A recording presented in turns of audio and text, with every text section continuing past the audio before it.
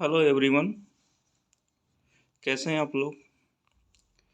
आज मैं आपको B Ed first year paper 5 understanding discipline and subject इसका जो शॉर्ट क्वेश्चन पार्ट 1 का डिस्कशन करने जा रहा हूं।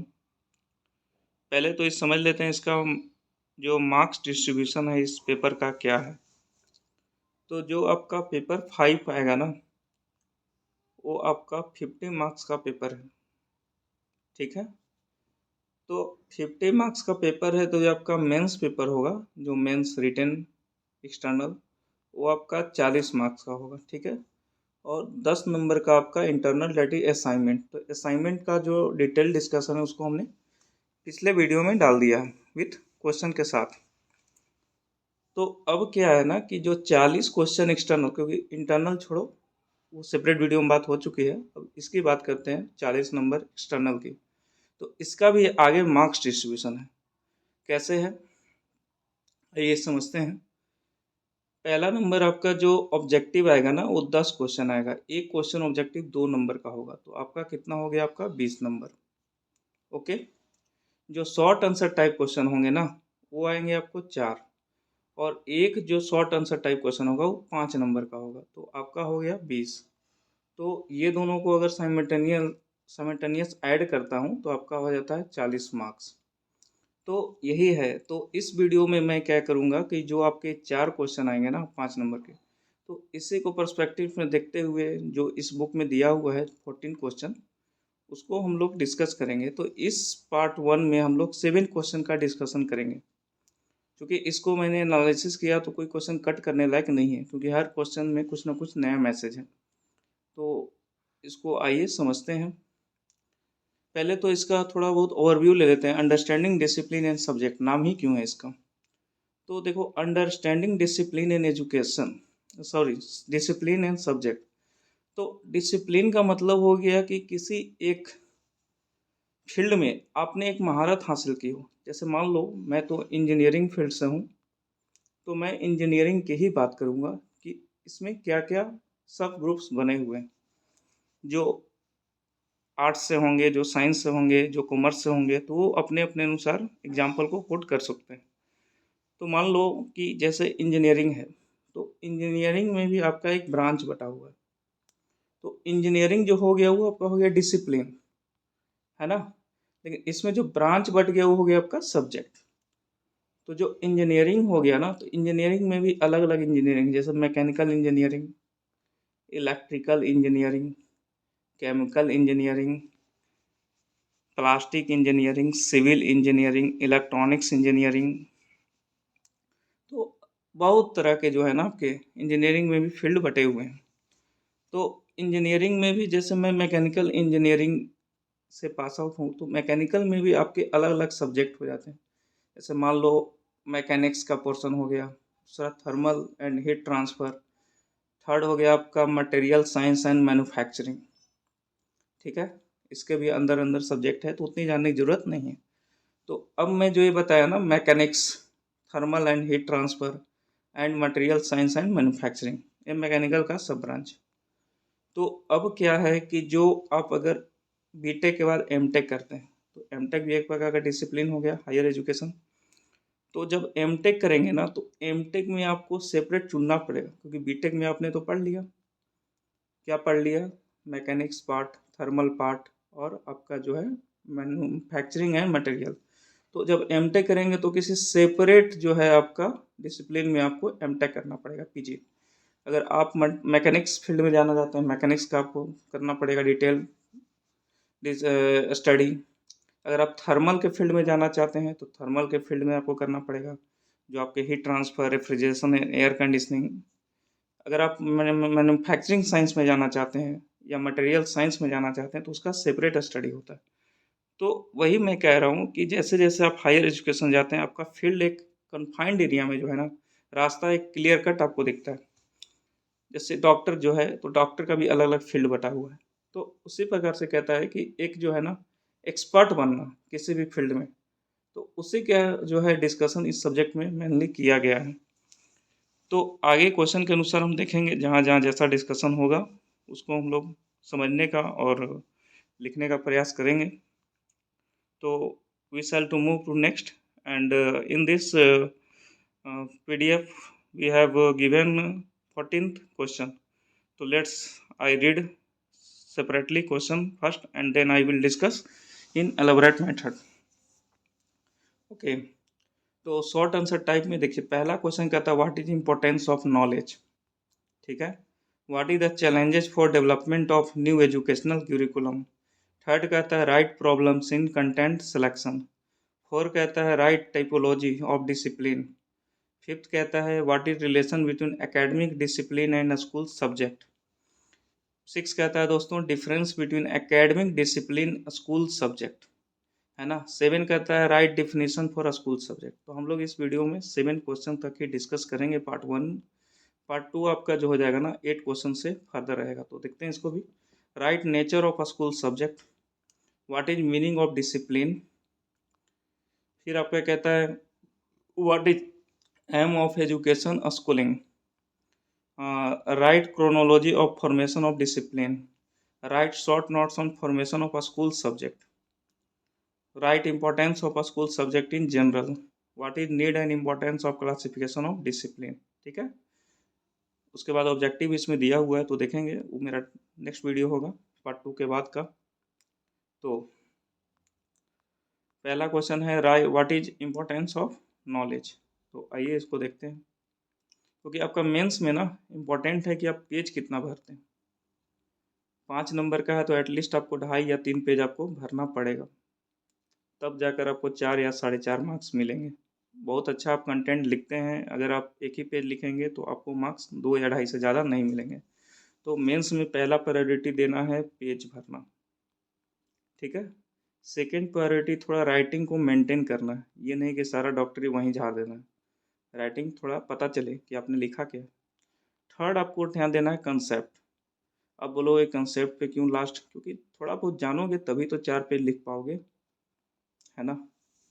चलो, तो अब देखिए कहता है right short what is importance of knowledge. ठीक है।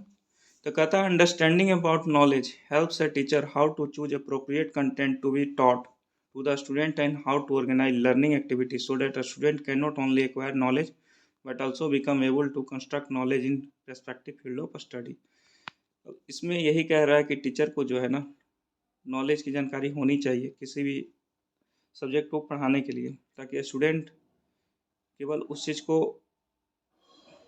कह रहा है ना कि so that student can not only acquire knowledge, केवल नॉलेज ही गेन ना करें बल्कि उस नॉलेज के बेसिस पर वो कहीं ना कहीं कंस्ट्रक्ट कर सकें, अपने फील्ड ऑफ स्टडी के बारे में सोच सकें। ठीक है। It helps to know learning about learning, learning about learning, okay, knowing about knowing and thinking about thinking, metacognitive ability around which all teaching and learning practice revolve। Next कहता है आपका कि in other words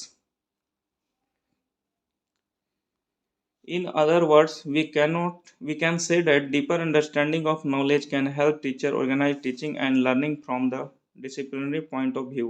A sensible and committed mathematics teacher would like to ask himself or herself question like, जो एक mathematics teacher होगा ना वो खुद से या खुद से क्वेश्चन क्या क्या कर सकता है। तो what is the nature of mathematical knowledge, what how is mathematical knowledge acquired, what are the source of mathematical knowledge.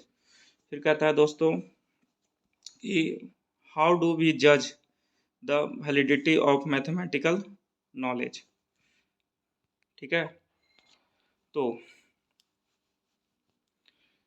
आगे देखते हैं। These are the question which will certainly help a mathematics teacher to make his her teaching logical based on reasoning, and consequently he or she would like to use such pedagogy strategies which are not only existing but also truly constructive। कहता है this process of understanding knowledge of A particular subject and its transactional aspect is not only applicable to the discipline of mathematics only, it can also be applicable to other disciplines। Accordingly, the knowledge of the discipline of social science, humanities, है ना, social science जो होता है ना arts, वो specially humanities के बारे में जाना जाता है। कि हमारा इतिहास क्या था, कैसे हमारे पूर्वजों ने यहाँ तक मतलब डेवलपमेंट। तो जैसे अब इंजीनियरिंग की बात करूँ, टेक्निकल का इतिहास बताएगा कि जैसे फैन है तो फैन का भी तो विकास हुआ। पहले फैन भारी होता था, क्या स्लो चलता था। आज के टाइम में बिजली भी कम खपत हो रहा है, स्पीड भी चल रहा है, तो उसका भी तो विकास हुआ। तो वही कहता है कि knowledge of discipline of social science, humanities, it is require appropriate pedagogies for organizing teaching learning activities in the school. Second question कहता है what is challenges for development of new educational curriculum। जैसे नया जो आया है ना educational curriculum 2020-21 में, जो 5+3+3+4, पहले क्या चलता था दोस्तों, 10+2 प्लस ग्रेजुएशन। अब चलेगा न्यू पैटर्न ये। तो कहता है कि what is the challenges for development of new educational curriculum. तो based on the experience of children communities, their natural curiosity, their subject. कहता है development of any new educational curriculum is major challenges for any nation through the selection of its content. It represent our,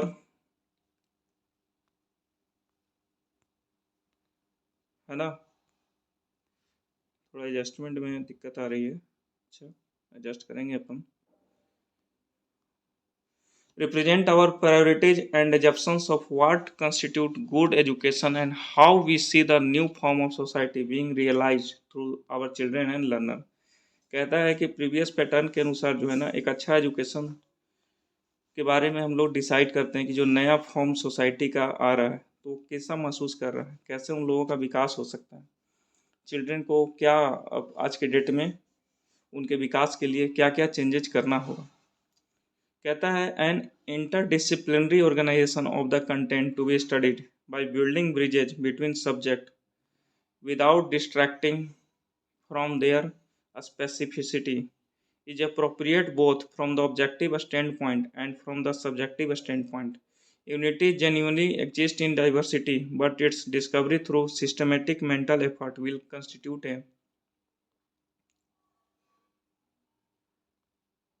intellectual achievement. The perception of the unity in diversity or a specificity of things thus represent an ultimate goal of learning process and correspond both to a need in the learner and to a concrete reality.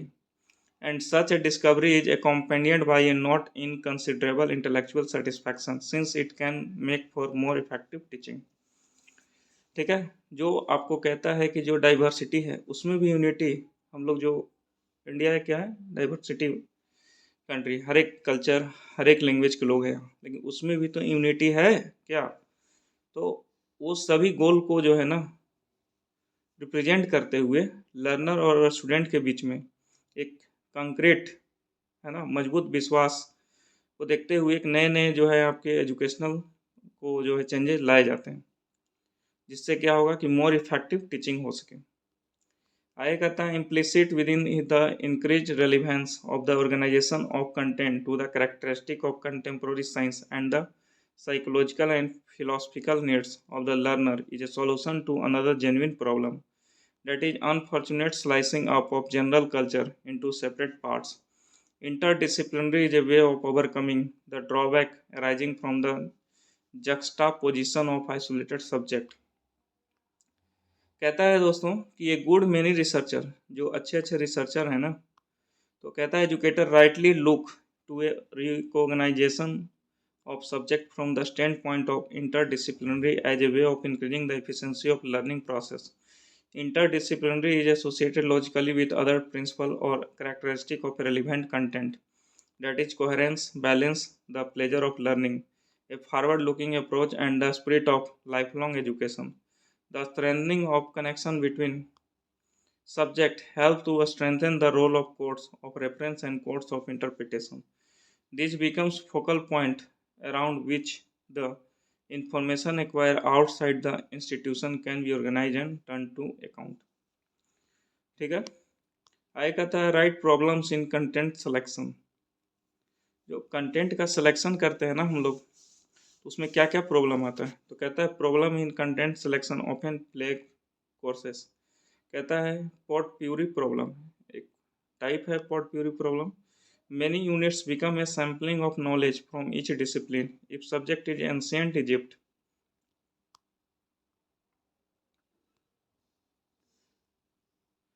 तो कहता है there will be a bit of history and ancient Egypt, a bit of literature, a bit of arts and so forth.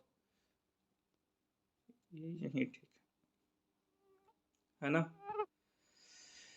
So forth, Hirsch and Bloom have criticized this approach for its lack of focus. Unlike the discipline that have an inherent scope and sequence used by curriculum planner, there is no general structure in interdisciplinary work. Curriculum developers themselves must design a content scope and sequence for any interdisciplinary unit of course. The polarity problem, traditionally interdisciplinarity and the discipline field have been seen as an either or polarity which has promote a range of conflict. Not only does the curriculum design suffer from a lack of clarity, but real tension can emerge among teachers. Some feel highly territorial about their subjects and are threatened as new views of their subject are promoted. There is a need for both interdisciplinary and discipline field perspective in design. To avoid this problem, क्या कहता है? To avoid these two problem, an effective interdisciplinary program must need two criteria. कहता है they must have carefully conceived design feature, a scope and sequence, a cognitive taxonomy to encourage thinking, skill, behavioral indicator of attitudinal change, and a social evaluation scheme. Next कहता है they must use both discipline based field based and interdisciplinary experience for student in the curriculum. To simply list a set of consideration for selecting interdisciplinary content would be to avoid wrestling with the complexity and possibility of interdisciplinary work. फिर 4 number है question कि right typically typology of discipline. तो कहता है Anthony Biglan based on empirical research drew distinction between discipline based on 3 dimensions. First, he found difference in the degree to which one paradigm exists in a discipline hard-soft. For discipline with one important paradigm, there is more consensus about method of study and content, example physics, than in discipline without a single paradigm, example humanities. Secondly, Vigeland distinguished discipline based on their degree of concern with application. Pure applied discipline like education and engineering, देख रहे हो ना engineering. कहता है is a more concern with application to practice. देखो जो engineering field है ना दोस्त, टोटली एप्लीकेशन बेस्ड प्रैक्टिस होता है इसमें। Finally A distinction was drawn between discipline concerning biological or social areas and those more are concerned with inanimate object, life, non-life.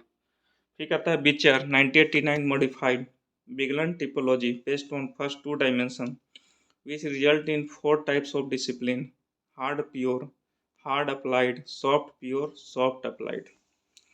ठीक है, अब कहता है रिलेशन बताना दोस्तों academic discipline and school subject. तो बताते हैं क्या है academic discipline and school subject.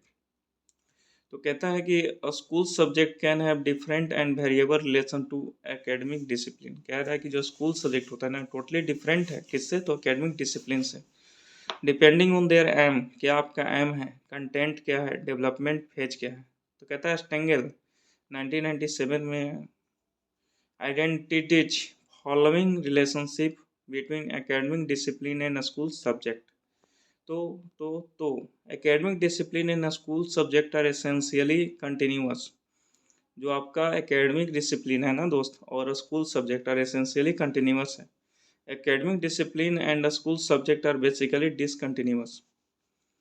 Okay, academic discipline and school subject are different but related in one of 3 ways. कहता है academic discipline precede school subject. जो एकेडमिक डिसिप्लिन है ना वो स्कूल सब्जेक्ट जो है आपको वो आगे लेकर जाता है, प्रिसीड करता है।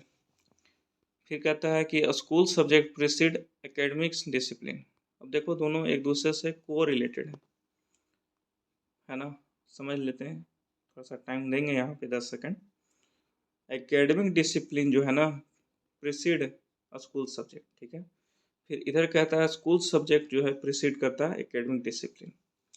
पहले ही मैंने बता दिया था अंडरस्टैंडिंग डिसिप्लिन एंड सब्जेक्ट क्या है। तो स्कूल एकेडमी को देखेगा, एकेडमी स्कूल को देखेगा। The relation between two is dialectic. I कहता है सी argues further that each of the relationship implies a curriculum position reflecting particular political and moral interest. Next कहता है दोस्तों 6 नंबर की डिफरेंस बिटवीन एकेडमिक डिसिप्लिन और school subject. अब देखो पहले तो एकेडमिक डिसिप्लिन और सब्जेक्ट के बारे में बताया रिलेशन, अब डिफरेंस यहाँ दे रहा है, तो इसको भी देख ही लेते हैं कि student are not in fact drawn directly और readily from their parent studies, and parent study are not all discipline. The discipline are arranged for the expedited advancement of investigation and research, but the school subject are organized for the facilitation of learning teaching in particular context. आगे कहता है दोस्त कि the formation of a school subject is driven by social and political needs. The school subject is transformed version of the academic discipline. जो school subject है ना वो academic discipline का एक ट्रांसफॉर्म फॉर्म है। The academic discipline not the school subject. जो academic discipline है वो स्कूल सब्जेक्ट नहीं है। Is providing the frame of reference for defining and delimiting with classroom teacher need to know about the subject matter they are suppose to teach. जो आपको पढ़ाना है ना स्कूल में, तो उसके बारे में आपके पास detail knowledge, that is academic curriculum. A school subject come first and academic discipline later. वही कह रहा था मैं कि पहले आपका स्कूल सब्जेक्ट आता है, उसके बाद आपका academic discipline, learning journey from school to university. 7 question है, इस वीडियो का लास्ट क्वेश्चन है, तो इसको देखते हैं। Right definition of school subject. अब स्कूल सब्जेक्ट के बारे में डिफिनेशन, सब्जेक्ट भी ऐसा है यार, अब क्या इसमें पढ़े क्या पढ़ा यार। कहता है school subject can be defined as a branch of knowledge. ठीक है, यही तो हर बार पढ़ते आया हूँ कि ब्रांच ऑफ नॉलेज ही तो है। साइंस है तो उसमें physics chemistry bio, social science है तो हिस्ट्री ज्योग्राफी पॉलिटी इकोनॉमी। तो क्या है, ब्रांच ऑफ साइंस है। Body of knowledge that is being provided to its learner. Okay, according to Zongyi Deng a school subject refer to an area of learning within the school curriculum that constitute an institutionally defined field of knowledge and practice for teaching and learning. आगे कहता है दोस्तों school subject constitutes an organizing framework that gives meaning and shape to curriculum content, teaching and learning activities. Kerman 2007. आगे कहता है school subject is defined as an area of knowledge that is studied in a school. Britannica Encyclopedia. A school subject is an area of learning within the school curriculum that constitute an institutionally defined field of knowledge and practice for teaching and learning. Next कहता है दोस्त कि school subject are human construction in response to social, economic, cultural, political and educational reality and needs. They are uniquely purpose built educational enterprises designed with and through educational imagination towards educative ends. कहता है आपका कि school subject is an area of learning within the school curriculum that constitute an institutionally defined field of knowledge and practice for teaching and learning. A school subject can be traditionally academic subjects such as mathematics, history, geography, physics, chemistry, economics. देखो इसको क्या कहता है दोस्त, जो आपका school subject है ना वो ट्रेडिशनली एकेडमिक सब्जेक्ट होता है, जैसे math, history, geography, physics, chemistry and economics. आगे कहता है कि एकेडमिक सब्जेक्ट, जो एकेडमिक स्कूल सब्जेक्ट है ना such as mathematics, chemistry, geography, history, economics are to be compulsorily taught to the student. ये आपको कंपल्सरी स्कूलों में पढ़ाया जाता है, ठीक है, 10वां तक पढ़ाया जाता है। देन आफ्टर आपको इंटरेस्ट के अनुसार आपको एरिया चुनना पड़ता है, science, arts, commerce, technical side, medical side. Okay, are to be compulsory taught to the student. The content of this academic subject need to be worked with and transformed by the teacher in such a way that it is appropriate for classroom teaching. और इसको research जो होते हैं ना educational field में, इस तरीके से सिलेबस को डिजाइन करते हैं ताकि इसको क्लासरूम में अच्छे से पढ़ाया जा सके। Constructing a school subject involves the selection and arrangement of content of knowledge, skill and transformation of that content for a school and classroom use. कह रहा है कि जो सिलेबस कंटेंट जो कंस्ट्रक्ट किया जाता है ना रिसर्चर्स के द्वारा, वो लोग एक वेल डिफाइंड नॉलेज वाले लोग होते हैं, हाईली स्किल्ड पर्सनालिटीज के होते हैं, जो स्कूल करिकुलम को फॉर्मेशन देते हैं, नया रूप देते हैं। कहता है this is an important with respect to both societal expectation and activities of teaching. तो उनका जो फोकस रहता है ना नया सिलेबस बनाने का, तो पहला तो रहता है कि हमारा सोसाइटी किस डायरेक्शन में जाना चाहिए, ठीक है। तो फर्स्ट पॉइंट हो गया। सेकंड, जो पढ़ाने का जो एक्टिविटीज होना चाहिए वो किस तरीके से होना चाहिए। तो दोस्तों यही हमारे तरफ से आपका जो है पार्ट 1 में है इतना सारा डिस्कशन। तो आप 2-3 बार वीडियो देखिएगा, सेल्फ स्टडी भी कीजिएगा। तो यही है आपका पार्ट 1। फिर पार्ट 2 आएगा आपका अंडरस्टैंडिंग डिसिप्लिन एंड सब्जेक्ट का। तो thank you watching my video.